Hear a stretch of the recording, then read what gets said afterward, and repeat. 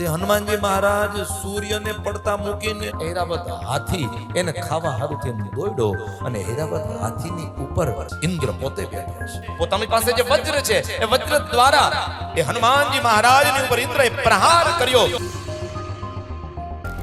હનુમાનજી મહારાજ એકવાર નાનકડા હતા ત્યારે આકાશમાં એમણે સૂર્યનારાયણ ભગવાનને જોયા.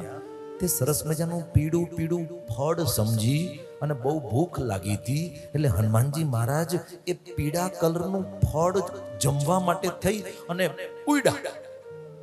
કારણ કે એ તો અતુલિત બલધામમ હેમ શૈલાબદેહમ વાયુપુત્ર છે, પવનપુત્ર છે, એટલે પવનના વેગે તો ઉડ્યા અને જઈ અને સૂર્યદેવને પકડવાની તૈયારી કરે. ત્યાં તો સૂર્યદેવ ગભરાઈ ગયા કે આ તો મને હમણાં ખાઈ જશે. કારણ કે જેમ જેમ સૂર્ય નજીક નજીક હનુમાનજી જાય તેમ તેમ સૂર્ય મોટો મોટો મોટો દેખાતો જાય અને હનુમાનજી મહારાજ એનાથી મોટા થતા જાય. કારણ કે હનુમાનજી મહારાજ તો અષ્ટસિદ્ધિ અને નવનિધિના દાતા છે અને અષ્ટસિદ્ધિમાં અણિમા, ગરિમા, લઘિમા, પ્રતિમા, પ્રાપ્તિ, પ્રાકામ્ય, ઈશિત્વ, વશિત્વ આ 8 પ્રકારની જે અષ્ટસિદ્ધિઓ કહેવાય છે એમાં અણિમા એટલે અણુ જેવડા હનુમાનજી મહારાજ થઈ જાય અને સમય આવે ત્યારે મોટા પર્વત જેવડા પણ થઈ શકે આવી સિદ્ધિ હનુમાનજી મહારાજની પાસે છે. હનુમાનજી મહારાજ સૂર્યદેવને પકડવા માટે થઈને દોડ્યા છે.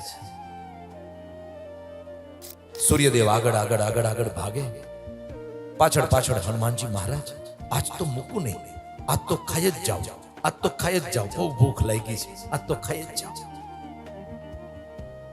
સૂર્યદેવને કોઈ બીજો આશ્રય ન મળ્યો એટલે સૂર્યદેવ પોતાના બચાવ માટે ઇન્દ્રની પાસે ગયા. ઇન્દ્રદેવ બચાવો, આ નાનકડો વાનર મને મારી નાખશે, મને હમણાં ખાઈ જશે, બચાવો, મને બચાવો. ઇન્દ્રદેવ એ સમયે સફેદ ઐરાવત હાથી એના ઉપર સવાર હતો. તે હનુમાનજી મહારાજ સૂર્યને પડતા મૂકીને એ સફેદ હાથીને જોવા માંડ્યા અને એને એમ થયું કે લે આ તો પીળું ફળ ને હાયરે સફેદ ફળ બે ભેગા થયા, હવે તો બે ફળને ખાઈ જાઓ. અને હવે હનુમાનજી મહારાજ ઐરાવત હાથી એને ખાવા હારુંથી દોડ્યો અને ઐરાવત હાથીની ઉપર કોણ બેઠું છે? ઇન્દ્ર પોતે બેઠો છે. અરે આ તો હમણાં મારા હાથીને ખાઈ જશે અને મને ખાઈ જશે. પોતાની પાસે જે વજ્ર છે એ વજ્ર દ્વારા એ હનુમાનજી મહારાજની ઉપર ઇન્દ્રએ પ્રહાર કર્યો અને જ્યાં પ્રહાર કર્યો હનુમાનજી મહારાજના મોઢામાં એ વજ્ર અસ્ત્ર વાગ્યું અને જ્યાં વાગ્યું હનુમાનજી મહારાજની દાઢી થોડીક વાકી થઈ ગઈ.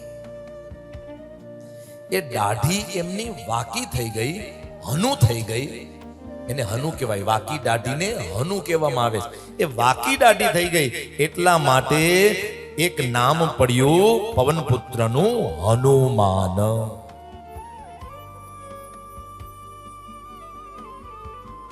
बाल समय रवि भक्षी लियो तब तीनों लोक भयो अंधियारो ताहु सो त्रास दियो जग कोया संकट काहु सो जात नटारो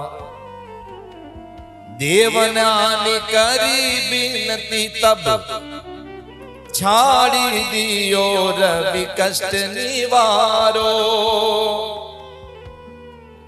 को नहीं जानत हे जग में कपि संकट मोचन नाम तिहारो संकट मोचन नाम तिहारो.